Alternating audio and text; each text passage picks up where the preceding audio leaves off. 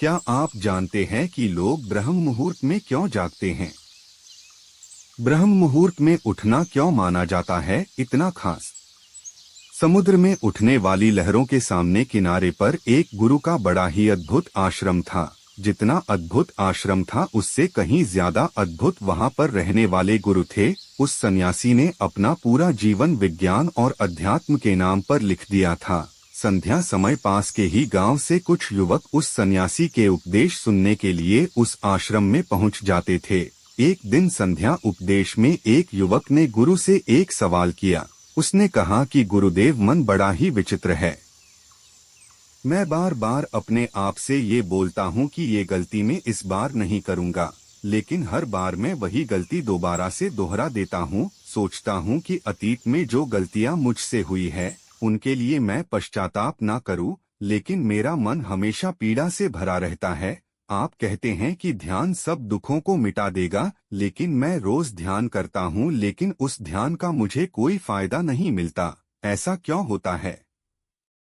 मैं क्या करूँ? कृपया करके मेरा मार्गदर्शन करिए। सन्यासी ने सबकी समस्या हल करते हुए कहना शुरू किया।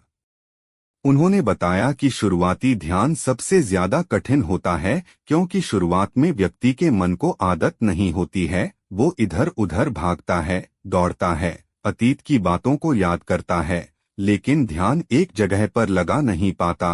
प्राचीन समय में जब भी कोई शिष्य अपने गुरु के पास ध्यान सीखने के लिए आता था तो वो गुरु उस शिष्य को ब्रह्म मुहूर्त में ध्यान लगाने के लिए कहा करते थे, क्योंकि ब्रह्म मुहूर्त सृजन का समय होता है।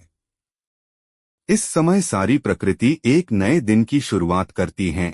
पक्षी पेड़ों पर कलरव करने लगते हैं और मुर्गे बांग देने लगते हैं। कमल खिल उठता है और पूरी प्रकृति एक सौंदर्य से भर जाती है। प्राचीन शास्त्रों के अनुसार 24 घंटों को 30 मुहूर्त में बांटा गया है, जिसमें हर एक मुहूर्त 48 मिनट का होता है। ब्रह्म मुहूर्त की शुरुआत सूर्योदय से 1 घंटा 36 मिनट पहले हो जाती है। अलग अलग ऋतुओं में सूर्योदय का समय अलग अलग होता है। इसी प्रकार ब्रह्म मुहूर्त का समय भी अलग अलग ऋतुओं के हिसाब से अलग अलग होता है। गर्मियों के दिनों में अगर सूर्य 6 बजे उदय हो रहा है तो ब्रह्म मुहूर्त की शुरुआत इससे 1 घंटा 36 मिनट पहले यानी कि 4:24 पर हो जाती है। और वहीं पर सर्दियों में सूर्य अगर 7 बजे उगता है तो ब्रह्म मुहूर्त की शुरुआत 4:24 पर होती है। आसान भाषा में अगर बात करें तो 4 बजे से 6 बजे का समय ब्रह्म मुहूर्त का ही समय होता है। ये वो समय होता है जब मंदिर के पट खुल जाते हैं। ऋषि मुनि नदियों में स्नान करने के पश्चात ध्यान साधना में लीन हो जाते हैं। यही वो समय होता है जब कमल भी खिल उठता है, मंदिर के पट खुल जाते हैं। चलिए विस्तार से समझते हैं कि इस समय हमारे शरीर में क्या बदलाव आते हैं। आयुर्वेद का कहना है कि मनुष्य का शरीर 3 ऊर्जाओं से यानी कि 3 दोषों से बना होता है, वात, पित्त और काव। यही तीनों ऊर्जा ये हमें पूरी तरह से संचालित करती हैं। अगर इन दोषों का संतुलन हमारे शरीर में बिगड़ने लगता है तो हम तरह तरह की बीमारियों से ग्रस्त हो जाते हैं। इन तीनों में से सबसे मुख्य ऊर्जा होती है वात की।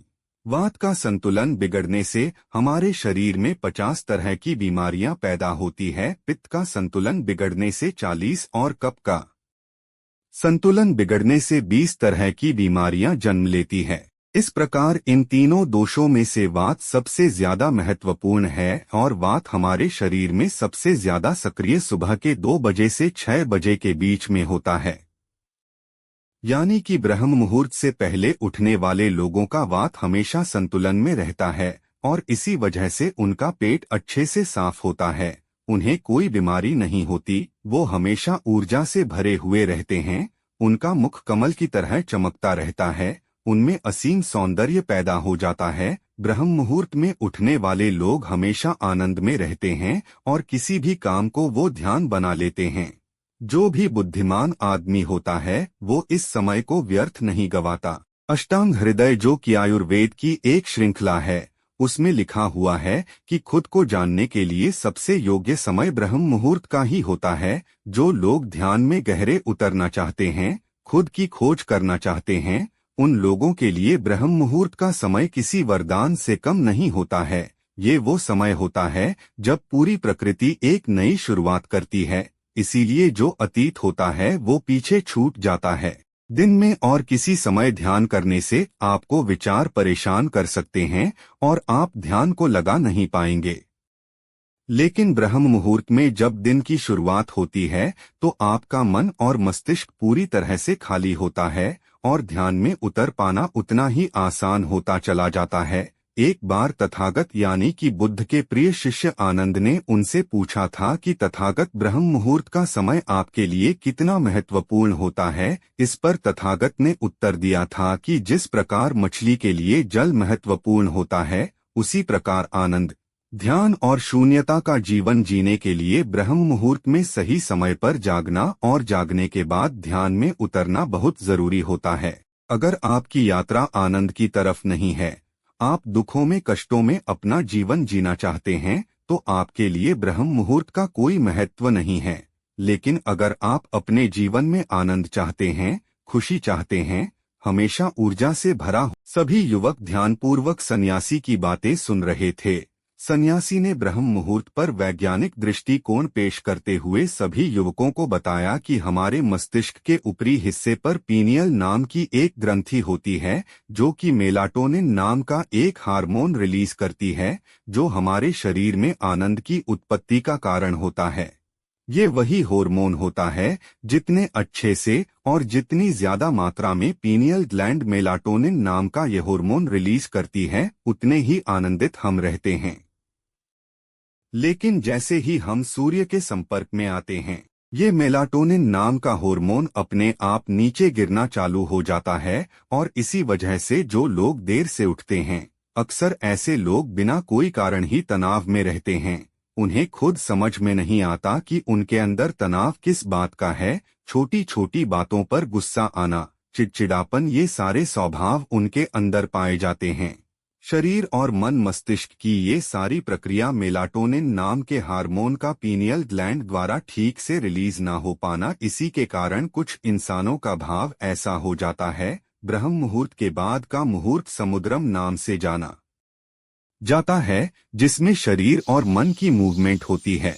इस समय पीठ पर सूर्य की किरणें सीधी आती है और सेरोटोनिन नाम का एक हार्मोन रिलीज होता है, जो हमारे मन और मस्तिष्क में ऊर्जा पैदा करता है, एक ताजगी पैदा करता है, जिससे हम दिन के सभी काम कर पाते हैं।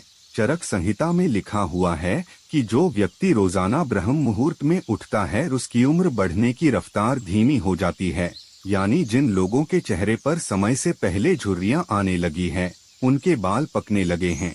ऐसे लोग अगर नियमित रूप से ब्रह्म मुहूर्त में जागने का अभ्यास करें, तो कुछ ही समय में वो पाएंगे कि उनके चेहरे की झुर्रियां और उनके बाल पूरी तरह से ठीक हो चुके हैं। एक युवक ने सन्यासी से सवाल किया कि गुरुदेव, कुछ लोग ब्रह्म मुहूर्त में नहीं उठ पाते हैं, ऐसे लोग किस प्रकार पर ब्रह्म मुहूर्त में उठने का अभ्यास कर सकते हैं? कृपया करके उसके बारे में मार्गदर्शन करें। सन्यासी ने कहना शुरू किया कि ब्रह्म मुहूर्त में जागने के लिए इस जरूरी हो जाता है कि पिछली रात्रि आप सही समय पर निद्रा में चले जाएं। अगर आप सही समय पर नींद नहीं लेंगे तो आप ब्रह्म मुहूर्त में पूरी ऊर्जा के साथ नहीं उठ पाएंगे। आप ब्रह्म मुहूर्त में उठने के बाद भी थका थका महसूस करेंगे, आपको नींद आएगी, झपकियां आएंगी और आप पूरी तरह से ध्यान नहीं लगा पाएंगे। इसलिए जरूरी हो जाता है कि ब्रह्म मुहूर्त के समय का पूर्णतः उपयोग करने के लिए आप योग निद्रा का अभ्यास करें। योग निद्रा में नींद गहरी होती चली जाती है और कुछ ही समय में आपकी नींद पूरी हो जाती है। युवक ने अगला सवाल पूछा कि गुरुदेव, ब्रह्म मुहूर्त में किस प्रकार की दिनचर्या का पालन करना चाहिए? सुबह उठते ही सबसे पहले क्या करना चाहिए और किस प्रकार ब्रह्म मुहूर्त के समय का पूरी तरह से उपयोग करना चाहिए? सन्यासी ने सबको चेतावनी देते हुए समझाया कि जितने भी योगी महात्मा होते हैं, सन्यासी होते हैं, वो ब्रह्म मुहूर्त में स्नान आदि करने के बाद सीधा ध्यान में बैठते हैं, क्योंकि इस समय ध्यान करना सबसे आसान होता है। विचारों का भटकाव सबसे कम होता है, क्योंकि इस समय दिन की शुरुआत हो रही होती है, नया सृजन हो रहा होता है, इस समय पूरा वातावरण शून्यता से भरा होता है, तो इस समय 15 मिनट का किया हुआ ध्यान पूरे दिन में 2 घंटे किए हुए ध्यान के बराबर हो जाता है। आप सिर्फ 15 मिनट ध्यान करने के बाद वही अनुभव कर पाएंगे जो एक योगी, जो एक सन्यासी, जो एक महात्मा, जो एक गुरु गहरे ध्यान में जाने के बाद अनुभव करता है। तो सबसे पहले ब्रह्म मुहूर्त में उठने के बाद, स्नान इत्यादि करने के बाद सीधे ध्यान में प्रवेश कर ले। कोई भी ध्यान आप कर रहे हो, किसी भी प्रकार का आप ध्यान कर रहे हो, इससे कोई मायने नहीं है। जिसका भी आप पालन करते हो उसका ब्रह्म मुहूर्त में उठते ही पालन करने का अभ्यास करें और कुछ ही समय बाद आप खुद ही ये अनुभव करेंगे कि आप कितने गहरे आनंद को प्राप्त कर चुके हैं।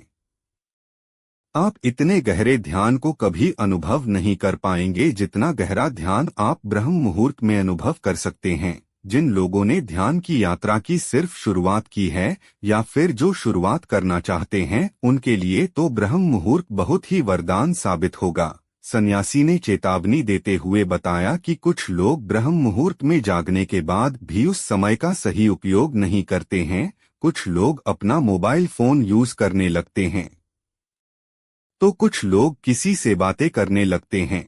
लेकिन इस समय अगर आपका टहलने का मन हो रहा है तो ध्यान करने के बाद आप अपने चप्पल या जूते निकालकर हरी घास पर घूमें। इससे आपकी त्वचा और आपकी आंखों को बहुत ही लाभकारी फायदे मिलेंगे। ध्यान और योग आसन करने के बाद एक व्यक्ति को शारीरिक अभ्यास जरूर करना चाहिए ब्रह्म मुहूर्त में, क्योंकि ब्रह्म मुहूर्त में जब हमारे शरीर से पसीना निकलता है तो हमारे रक्त तक शुद्ध वायु यानी कि ऑक्सीजन पहुंचती है, जो हमारे रक्त संचार को बेहतर कर देती है और हमारे शरीर की सारी गंदगी बाहर आ जाती है। शारीरिक अभ्यास करने के बाद आप पूरे दिन चुस्त रहेंगे।